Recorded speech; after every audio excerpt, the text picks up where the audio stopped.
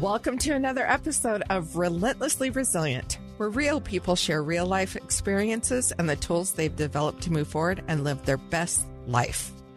My name is Michelle Scharf. And I am Jenny Taylor. And Michelle, today I'm really excited to have a friend of mine who her home and my home are within maybe a block or so of each other. Oh, wow. Though she currently now does not live in that home. This is Kimberly Kemp Montierth. Kimberly, thank you for joining us all the way from Tennessee while Michelle and I sit here in Utah in our studio with our producer, Kellyanne. How are you today? I'm doing well. Thank you for inviting me. It was an unexpected invitation. Well, we're glad to have you. Michelle and I have both known of you and the great work you do in the greater widow world, both virtually and through conferences you hold and things. But let me just back up to how I know you and how our homes are so close, even though it's not the home you currently own and live in. Kimberly grew up with several daughters that live in the same neighborhood or the same area where I grew up. I'm a little older than her daughters, but my little sister is friends with her daughters. Oh, and was friends with her daughters at the time Kimberly lost her husband and joined the widow world. And my sister obviously was the daughter of a widow. We lost our father. And so there was kind of that tender connection from a younger age with these young girls, which I didn't really know my sister's friends super close because I had already moved out. But fast forward a decade or two, and the home my husband and I bought with the mini farm is the one that's right by Kimberly's home from, for a couple of decades. And I became very close friends with Kimberly's other daughter, who was then married with her first baby or two, and we lived in the same neighborhood. And so I actually got to know Kimberly more through Kirsten, who is my dear friend and now has 4 kids. But just, Kimberly, thank you for joining us. It's been an interesting connection my family's had with yours, where your children, me and my siblings, both grew up with widowed mothers that are wonderful, amazing women. And now to be myself a widow, to know your children as grown, beautiful women that have they're movers and shakers and many with children of their own. But let's talk for a minute. Let us get to know you. Can you introduce us, your journey, your background to when you lived in that home that's so close to mine? And let's kind of set the scene a little bit, and then we'll get into your story, your journey, and especially everything you have to share with us on resilience. Absolutely. Thank you for the invitation to do that. I actually grew up in upstate New York, Ithaca, New York. When I was 16, my parents moved to Logan, Utah. My father was older in life. I found out at my mother's funeral that I was coined the Berkeley bonus. I came a little later in everybody's life. And my dad had done a sabbatic leave from Cornell University to Berkeley. And while there, they found out on their drive back home to New York that my mother was expecting a child. So my siblings apparently loved that because they stopped every 10 minutes for treats at gas stations. Perfect. Thanks, Mom. 10 minutes, but, exactly. So anyway, when I was 16, we moved to Logan, Utah.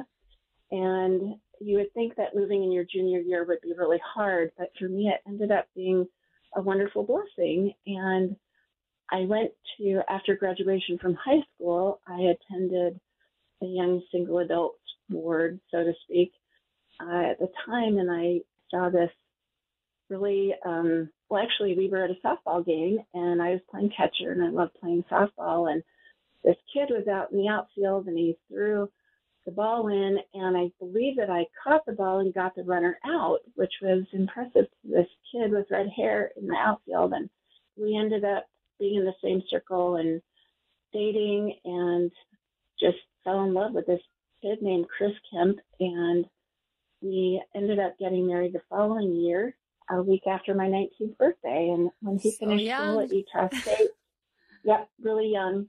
And now I'm grateful for that because it meant I got more time with him. But you don't know that. I love that you met at the softball game and that you made that great first impression by catching the ball. Good job. Way to show up. Way to show up. I love that. Yeah. Yeah. So you married young and in kind of those college years and started your family. Yeah. And we started our family. Courtney, who's friends with your sister, Christy. And after he finished school, we chose to go to graduate school, which took us to Boston.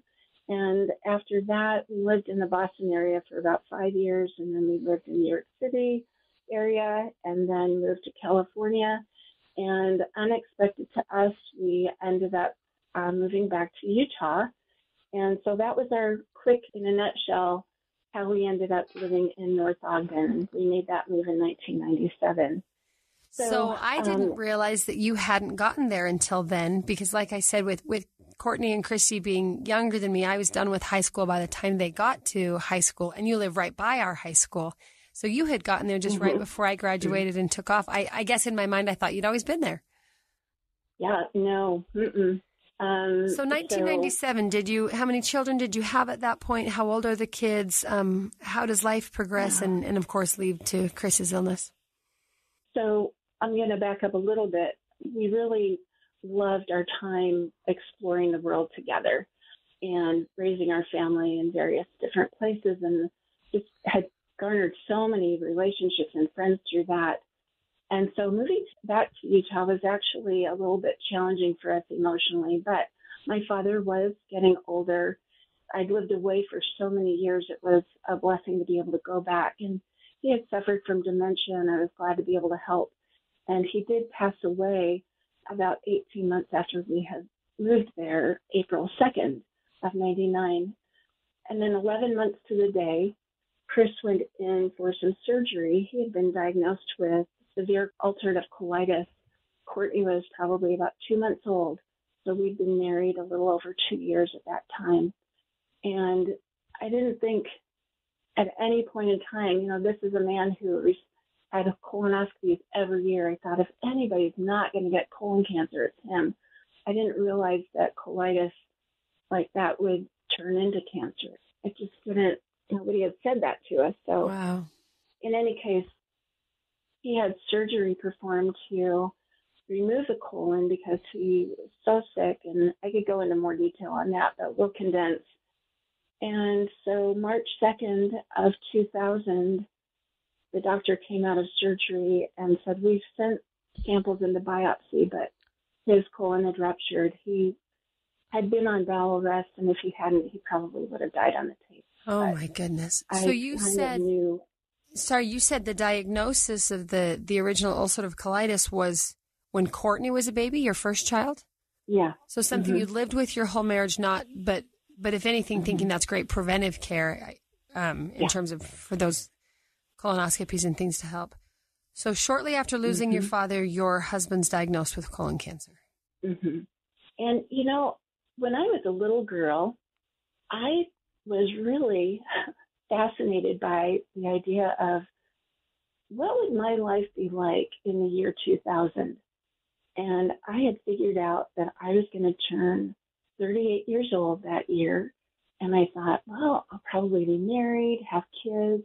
It's going to be a great year. Mm. And for me, the year 2000 seemed to be the year that never ended. And it was probably the hardest year of my life.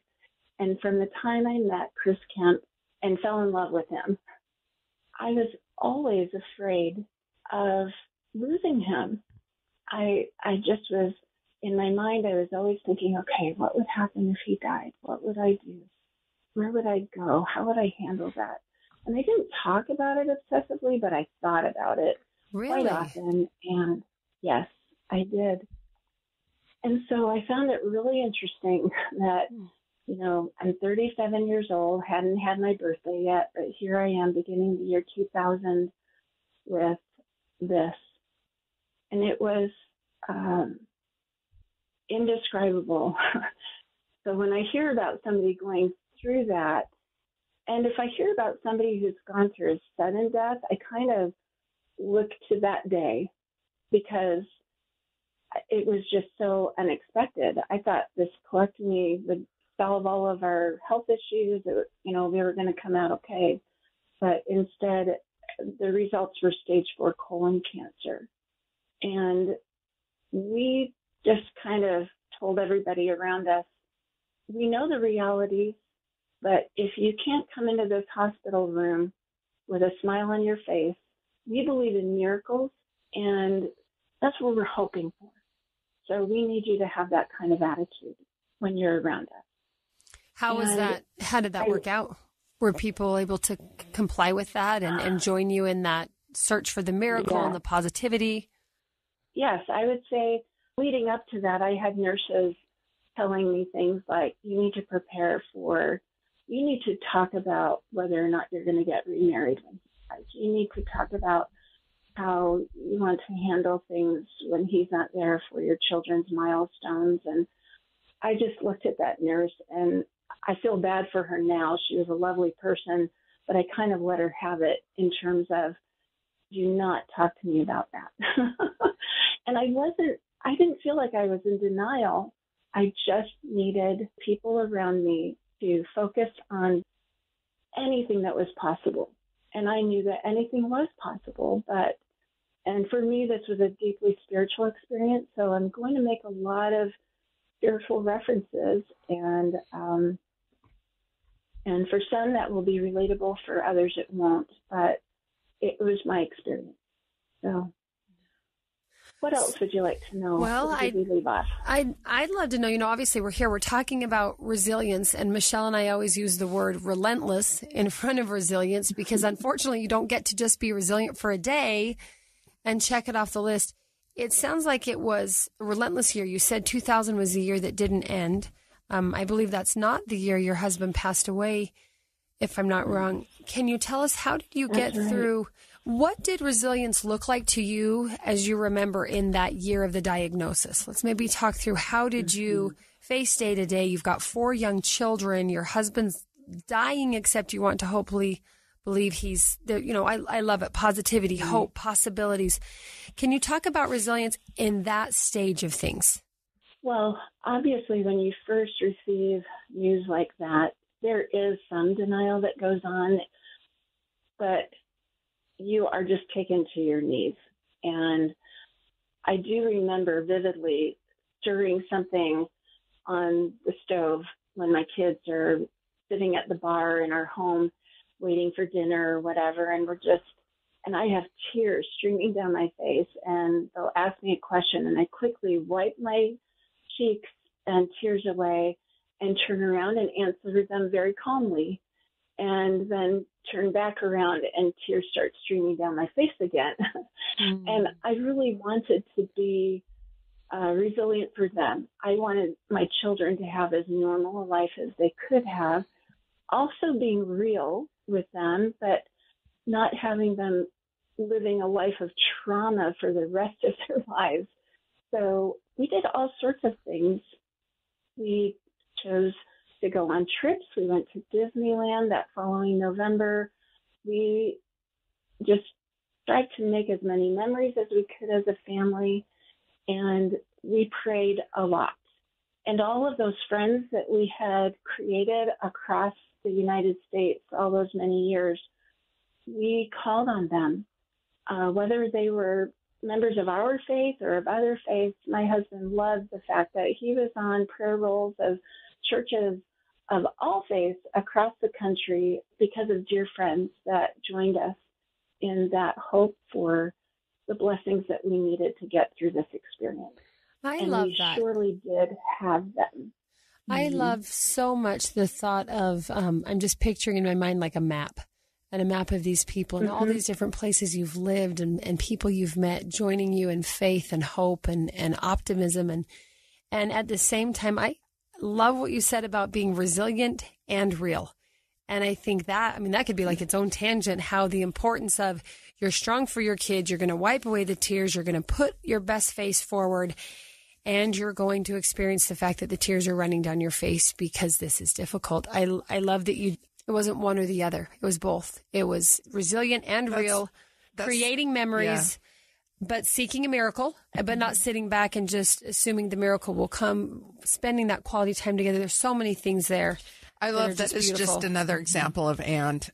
I think that's the biggest thing I learned in my husband's cancer journey is that, especially in the moment of his death, but even before that, I learned that there were so many ands. There was devastation and loss and trauma and sadness and all of those things. And there were beautiful moments filled with deep, tender beautiful moments of love and connection. It's both. All right, we're going to take a break, Kimberly, and come back and talk about, we kind of go from stage of life to stage of life and where resilience comes and grows and how we come and grow into that. We'll be right back.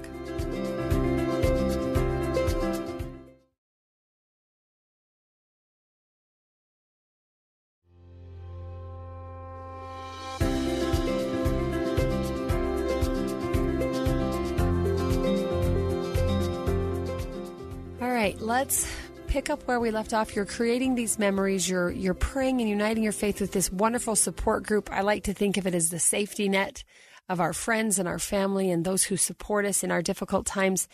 Can you then walk us through the real path as you're being faithful and looking for a miracle, creating these memories? Walk us through 2000, 2001, 2002. Where does this journey go? Well, that's a lot of years ago. In some ways, it feels like it's yesterday. Sure. And in other ways, thankfully, it's not as intensely painful to look at. Time actually is my friend. So Yeah. One of the things that happened was that during his initial surgery, the surgeon had created an avenue for Chris to be able to have additional surgeries that would make his life so that he didn't have to have a colostomy bag. So we went through a number of surgeries, and actually like a month after his initial diagnosis, he went out for a walk with his dad, and he really hit a wall. Like, he was a very fit person. He exercised all the time. The outside of him looked very healthy. The inside of him was anything but. But I think that his healthiness, his fitness helped him in this cancer journey. But on this particular day that he really just wanted to be strong, he actually got too tired, and that kind of spiraled into his almost dying. And he stopped eating. We thought, and I was like, you cannot die now. We're only a month, 6 weeks into this. We haven't even begun to fight. And the doctor put him on something called TPN, and I ended up having to learn how to feed my husband every night with this bag of nutrition, and it was miraculous, and it did bring him back. And then he had subsequent surgeries. Then he lost his job, and there was a large layoff at the company where he worked of hundreds of people, and his department was one of those. And so we had some, COBRA and so forth, but then I had to go back to work. And I felt a little bit resentful because we put all of our eggs in this basket. And we did that as a leap of faith. And I just wondered, how is this fair, at the time? And yet I also knew in the same breath of saying that my faith had carried me so far, and I knew that it would carry me that much further. And it did. And miracles happened, and I landed in just the right places for me. I ended up working at a doctor's office, and I was an appointment center, and I was surrounded by wonderful people that were very supportive, one of them being a manager that really wanted to empower women in going back to school. And so I ended up working with her, and I would catch a bus where I worked in Ogden, and it would take me up to Weber State because I didn't have time to park the car and walk to a class. So I arranged to be able to take a class during my lunch hour, and I did not know how to ride a public bus. I actually prayed about it, and I said, please help people come in my path that will help me. I went to the bus station. I'll never forget this. And I was looking at the little papers that they have, and I had no idea what I should look for. And a bus driver, it was a woman, and she looked at me and said, it looks like you need some help. And I said, I do. I'm trying to get from here to there. I don't know what to look for. And she said, oh, this is where you need to go. Here's the paper. It'll be really easy. This is what you need to do. And I said, well, thank you so much for being here. She said, I'm so glad I was, because I'm not here this time of day. So I'm glad I was today for you. That's beautiful. And then the first time I went on the bus, I sat next to a woman, and I felt like, I was going to kindergarten on the bus for the first time. And I struck up a conversation with her, and I said, I'm going to school. She said, so am I. And I said, well, this is the class I'm taking. She said, oh, I'm taking the same class. I said, I have no idea where it is. May I follow you? And she said, absolutely. And so this wonderful woman was right there for me. And all along the way, my experience was that when I would ask the Lord to guide and direct my path, that's exactly what he did. And so as much as I felt like, oh, this isn't fair, how am I going to do this? The answers always came in the time that I needed it. I love that. And in the ways that you needed it, in the specific personalized ways. When did you lose Chris? How long did he fight the cancer? Can you walk us through maybe his passing and what resilience started to look like in surviving his loss? Mm-hmm. Absolutely. So the reason I brought up work and school is because I was in school full time at that point in time and working full time. And so this was basically the spring and summer of 2004. And Chris had just been an inspiration to all that knew him for the way that he dealt with cancer and chose to live his life and with resiliency. And yes, even relentless resiliency, determined to live a full life and live with cancer. We even chose to not use that word battle. We chose to use the word living with cancer, because for us in our journey, the battle felt almost like just this fighting thing. And yes, and I respect anybody that uses that terminology. Our choice was just more one of, we're going to continue living, and this is just one aspect of our lives. Which, can I pause right there? Sorry, that's incredible resilience, to be able to take the circumstance you're in and not let that define you. Because so many of us will say, I am a widow. I am a this, or this circumstance is mine. I have to battle the cancer. I have to, and like you said, there's respect for that because it is a battle. We're not diminishing that. But I love that you're saying we're going to live with cancer, maybe with unemployment, maybe with other bumps along the road. We're going to continue living with whatever it is. I think that's huge in resilience. It almost feels like it was second nature to your faith walk, that because of the path you're on, that you could find God, you could find hope, you could find the answers as they came when you needed them. That gave you the power to say, we're then going to live with, well, I guess in this case, cancer. I think that's inspiring right there. Yeah, it is. Absolutely. Sorry to interrupt. I was just like, wait a sec, that's resilience. Let me just ponder that for a minute. Living with the cancer and continuing to live and inspire others. Such an outward mindset, it seems your family has always had. Connecting with other people, relying on other people, having that two-way street of support with those other people in your life. I see that as this common thread through what Chris's illness, which of course is before I ever even knew you. And if I may say, we were just surrounded by wonderful people as well. And another young family on the other end of our street, 9 months into Chris's cancer journey, they began a cancer journey. Also, a young mom, we were the same ages, and 4 kids just like us. And so we were kind of the bookends of that street. And both of our spouses passed away and both of us widowed. And although our journeys were slightly different, we maintained that close relationship to this day and a determination to be resilient. But also our neighborhood just took us under their wings, and they did quiet acts of service, huge acts of service so often. I just have story upon story upon story that there isn't time for. But I'm deeply grateful for the numerous people that have just walked into my life and been literal angels in front of me, helping me get through all of these experiences. We just don't get through this stuff alone. We need to take a break. Yeah. When we come back, I hear you ready to tell us about moving this story forward. So we're going to take a quick break and we'll resume with that.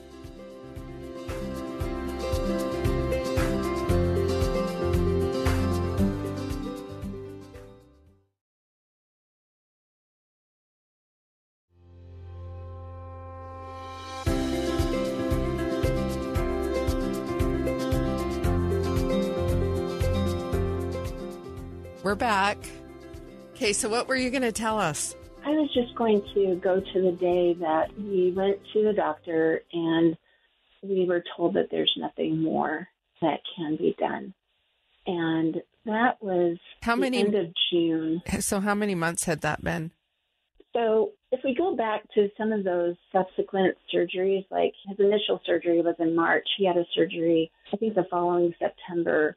And we found at that time that there were additional tumors, and so it was discouraging. But the doctor came out and said, honestly, I never thought in a million years that we'd be here doing this.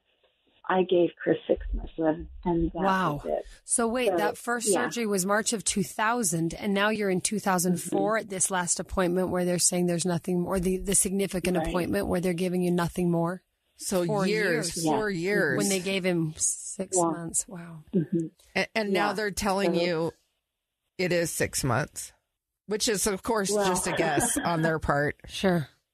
Yeah. And actually, Chris had been part of a clinical trial. That was a miracle all on its own, the timing of that. And we just had come to the point where the drug was no longer working. And so it wasn't that we were given a diagnosis of 6 months. It was simply to say, there's nothing more we can do. And actually, you probably have maybe on the outset 2 months. And so I remember driving home from that appointment with a lot of despair. And there were a lot of tears and hugs. And he was a man 6 feet tall, normally 160 to 75 to 80 pounds, and now just a mere shadow of himself, probably weighing about 112 pounds. Wow. And that's the ravages of cancer for many. And he just couldn't eat. But he was given a blessing by a neighbor. And every year the Kemp family would get together on July 4th. And a neighbor had come by on July 1st or something and to visit and brought a warm loaf of bread, and it was so kind. And Chris had asked him for a blessing, and our neighbor gave him a blessing. And in that, I remember the words were used that you will have a window of wellness. And we felt like Heavenly Father was so kind, and we didn't know what that meant, but Chris felt strong enough to go to our July 4th family reunion in Bear Lake, where before we thought that wouldn't be possible. And so we attended that and had an opportunity to be with everybody. And there was one sister that wasn't able to be there because she had a complicated pregnancy, and so we missed her. But I know there were compensatory blessings with that, which I can tell another time. But in any case, we enjoyed that. He ate at the lake, and he gained 6 pounds in a weekend, and just felt great. And we came home, but progressively he declined. And he passed away on July 27th, 2004. And my goodness. I didn't realize how quickly he would go, but the morning of July 27th, not well, and we took him in the car to the doctor's office, and the doctor just explained that his kidneys were now shutting down, and Chris was really not even speaking at that point, but he was sitting there. But I knew But he was done, and the doctor knew that too. Like, he did not want to perform any measures to, it was done. And so basically we went home, we said goodbye to all of the loving, caring people at the doctor's office, and we went home and we said goodbye to people. People in the neighborhood came over. I assumed that we would have, another week or two, but actually he passed away around 5:15 that night. That very day. So, Wow. That very day. Wow. And Okay, yeah. we're gonna need another episode, because this is now 19 years ago, and I know, and Michelle knows, of the 19 years of great work you have done, not only to help yourself survive widowhood and live as a widow, but to give so many of the rest of us hope and insight and connection and compassion. So we may have to do a part 2 on your journey through serving others and building these connections. Definitely. I think we got to bring her back on, because we haven't even really hit the tip of the iceberg. But I love this. I do too. I have to say, that moment of saying goodbye, when you walk out, you're telling your story, and it just brings up so much for me. We went in, our last appointment was on our anniversary, and we went into the doctor, and he was doing fine, but he was having some problems, and they ran a quick x-ray, and they discovered that John, and it's funny because I forget about this. It's a weird moment that keeps kind of getting deleted in my memory, but certain things will trigger the memory. He got diagnosed that day with multiple lung tumors. Oh, wow. And so he sat us down and he said, I wouldn't treat these tumors because this is a much more comfortable way to die. If one of these, sorry, not tumors, lung clots. And he said, it's a much more comfortable way to go if one of these clots in your lungs just goes. And so they said, we are putting you on hospice. My husband just kept refusing it. He said, we're putting you on hospice. We're releasing you from care today. And then how long did he still live? He said, it could be 6 months, it could be a year, but you do need to go on hospice now. And it could be any time. It could be in an hour. It could be, we don't really know. How long was it in reality? In reality, it was July 18th. So it wasn't too much longer that he finished up his obligations and his work and his things. And it wasn't long before he ended up in bed and then died 10 days later after kind of being in that coma state. But it's so interesting because we said goodbye to all of the people in the office.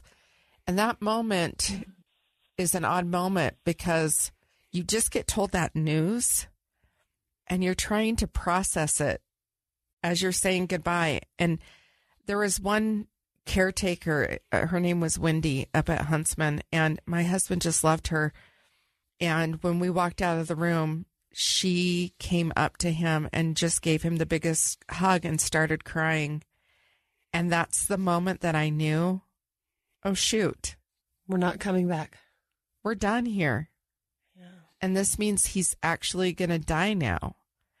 And somehow I never really put that all together until that moment. That defining moment. So it's really interesting, your story. And it's one of the great things and why we need to bring you back of having the Facebook group that you started, because it provides so much support for people who are just new to this world. Because until you do it, until you lose a spouse, you cannot imagine what that life is like walking. And even that if you path. do imagine, you don't really know. No, you don't know, right? It's one of those things that you can't grasp until it happens.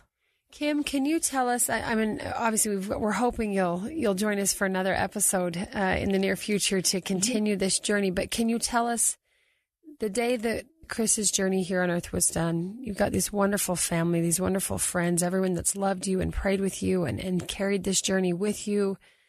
You say goodbye. He's gone by that day. I can't believe that. He's gone by dinner time.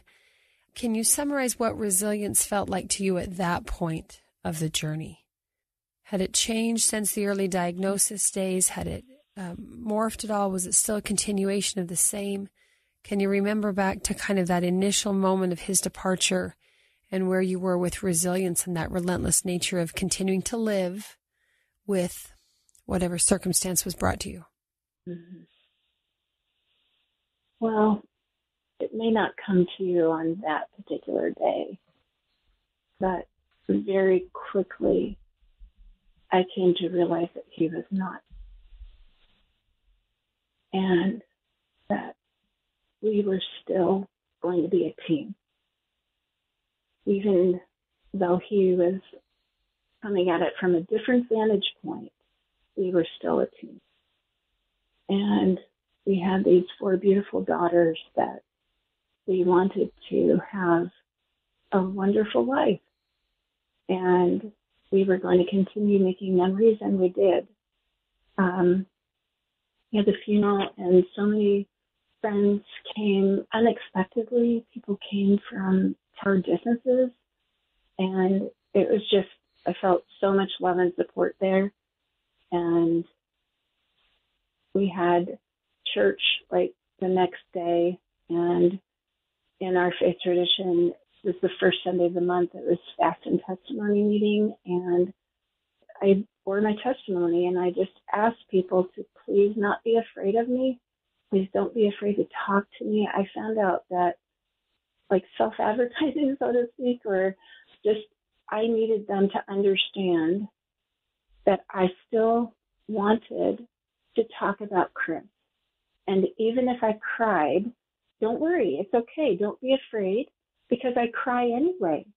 But please, if you have a memory or a story or an experience that you want to share or a joke, or please talk to me and tell me, don't be afraid, because I need you.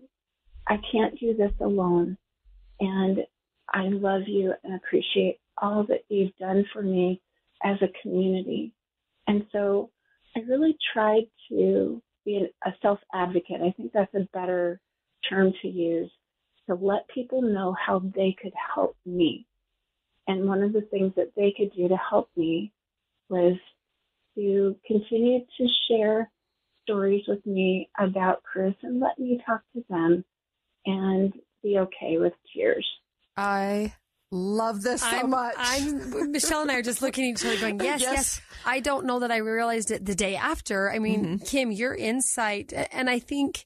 Kim, I'm 4 years out, and I posted just a little memory clip a few days ago. My girlfriend said we tell stories about John all the time in our family, and I said I would love to hear them. Yeah. It has taken me 4 years to tell people I need to hear your stories. Kim, you are such an inspiration to so many, particularly in this widow world that none of us ever hoped to join. And I know we've referenced it several times, this group that you and some other widows helped put together to gather widows in the same physical space for conferences and counseling and just help.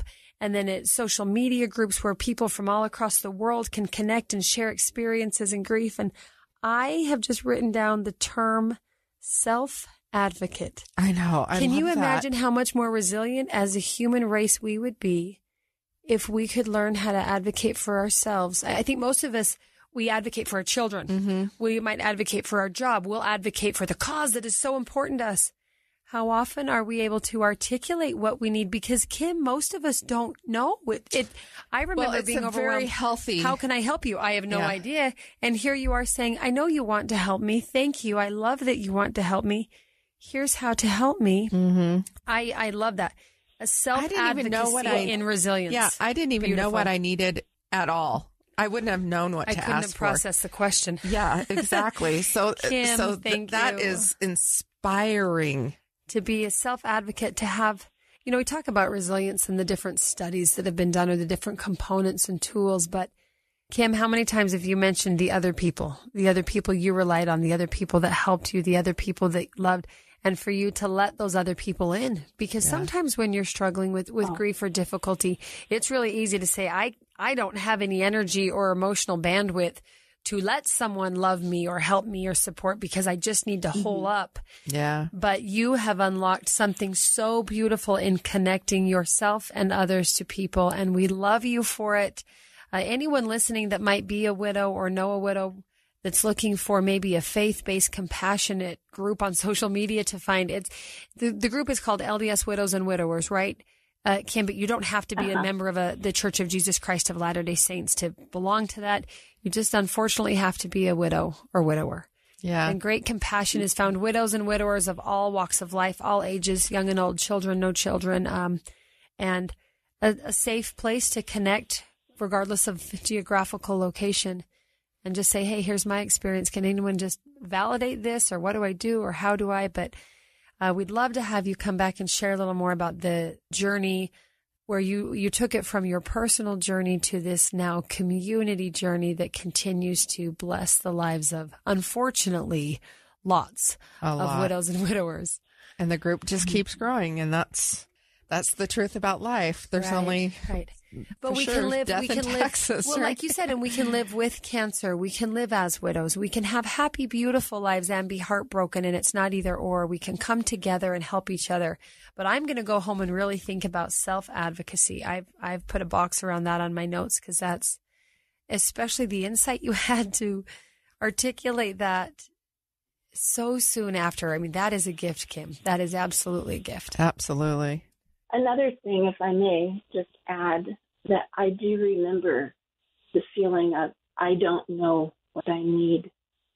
And so in my prayers, I would pray for people that they could listen to promptings and act on them because I didn't know what I needed. These are such great tips for resiliency because like that also would have never come to my mind. Right. And I think that that is beautiful because people do get promptings and they do get inspiration. And that's how it works, right? And do they have the courage to act on say, it? okay, I'm going to do that even if it feels uncomfortable or unsure. I love that. So many things. We definitely need to bring you back on. We are out of time today. We need to close. Thank you so much for coming on. If you are listening to this podcast and find value in it, please subscribe so you'll be notified as new episodes drop each week, and give us a rating and a review. If you know someone who has a story of personal loss, trauma, difficulties that they've overcome, and they have exhibited resiliency in their path, tell them about the show, have them contact us. We'd love to share their story. You can send us an email at rrpodcast@ksl.com. You can also find us on Facebook at Relentlessly Resilient or on Instagram at Relentlessly Resilient Podcast. DM us. We will get back to you. We would love to hear your story. Yes. Thank you, Kim, for joining us. Thank you, Kellyanne, our awesome producer. And remember, whatever you do today, remember to be kind. You have no idea the struggles other people are dealing with in their lives. Take care, everybody. Have a great day.